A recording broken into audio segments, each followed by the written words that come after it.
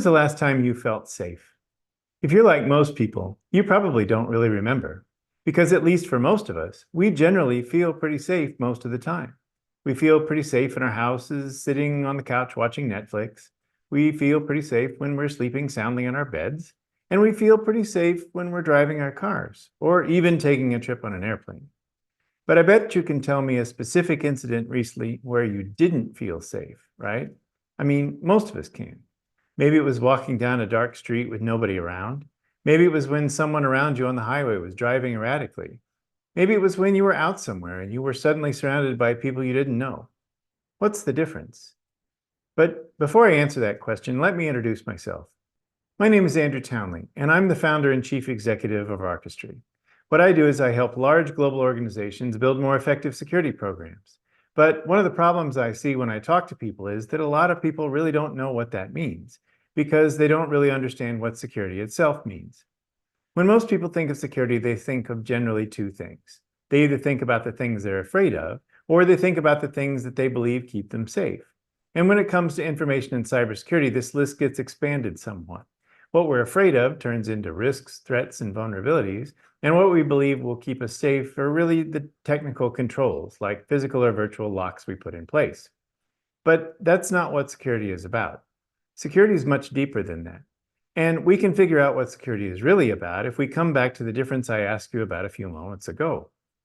Why is it that we can remember when we don't feel safe a lot more easily than when we do? Well, it's related to our fundamental evolution as humans. If we wanted to survive when there wasn't all that much between us and the large or small scary things that wanted to eat us, we needed to remember the times when we didn't feel safe. Because we needed to remember the situation we were in so that we could either avoid it altogether or we could get out of it once we recognized it. That's what the fight or flight response is all about. But why were we scared in the first place? Well, sure, there's the whole you might die vibe going on. But let's just take that off the table for a minute. What else? If you boil it all down and strip away all the multitudes of potential specific scenarios, I believe the real reason we get scared is because it means that we're afraid we need to react to an event. Now, the most scary events are the ones we didn't expect or anticipate, but what else is really going on here?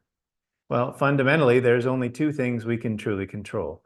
We control what we're going to do, that's our activity, and we control how we respond to events in our environment, even when we don't really realize we have a choice.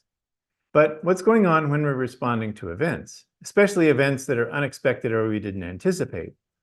We're actually interrupting what we do or what we were doing because we need to urgently respond to this event. And if we're spending time responding to an event, what aren't we doing? That's right, we're not doing what we planned to do. And if we're not doing what we plan to do, then we're reducing our chances of getting what we want. I mean, aren't we? If we want to do something, we make a plan to get it, we're implementing that plan, then boom, we get hit by this event. We got to respond to it. And in responding to that event, we might get another one, and another, and another, and another, and pretty soon we're so distracted from what we're trying to accomplish that it never gets done. That's really what we're afraid of, isn't it? We're afraid that something is going to happen that prevents us from getting what we want.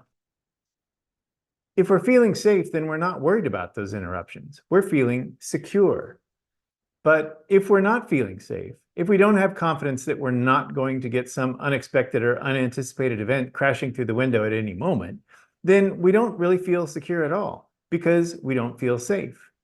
That means we can come up with a much better definition of security, even when it comes to information and cybersecurity, that focuses on what it is we really want, instead of trying to enumerate all the reasons we might not be able to get it. Because that's what the current definition of security tries to do.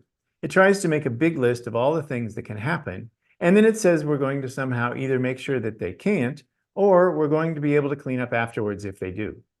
But that's an impossible and never-ending job. And in trying to do it, we end up getting so focused on what isn't important that we lose sight of what is. Confidence. That's what we really want. We really want to have the confidence that we can do the things we want or need to do, whatever those things are. The greater the chance of interruption, the less confidence that we have that we'll get what we want. That means a better definition of security is actually the degree of confidence someone has that they can get what they want. And the best part is, if we focus on this definition instead of the one we normally use, then security can never be optional. It must be an inherent part of our plan for ensuring we're going to get what we want. It's not a thing to be managed separately. It's not about the controls. It's about what the controls do for us in relation to what we actually want to achieve. And that's powerful. In fact, it changes the entire game we're playing. I'm Andrew Townley, and this is one of the biggest reasons I can help you build a more effective security program, because I see what we need to be doing differently than everyone else. And because of that, I can help you build a different kind of security program without throwing away all the building blocks you already have. It just takes a bit of moving them around and adding a few that are missing. So if you'd like to learn more about how I can help you in your security program, all you have to do is two things. First, subscribe to this channel so you'll be notified when I drop more videos like this. And second, visit the link in the description to subscribe to my daily emails, because that's where I go into a lot more detail about how I think and specifically how I can help you and your organization. Stay safe.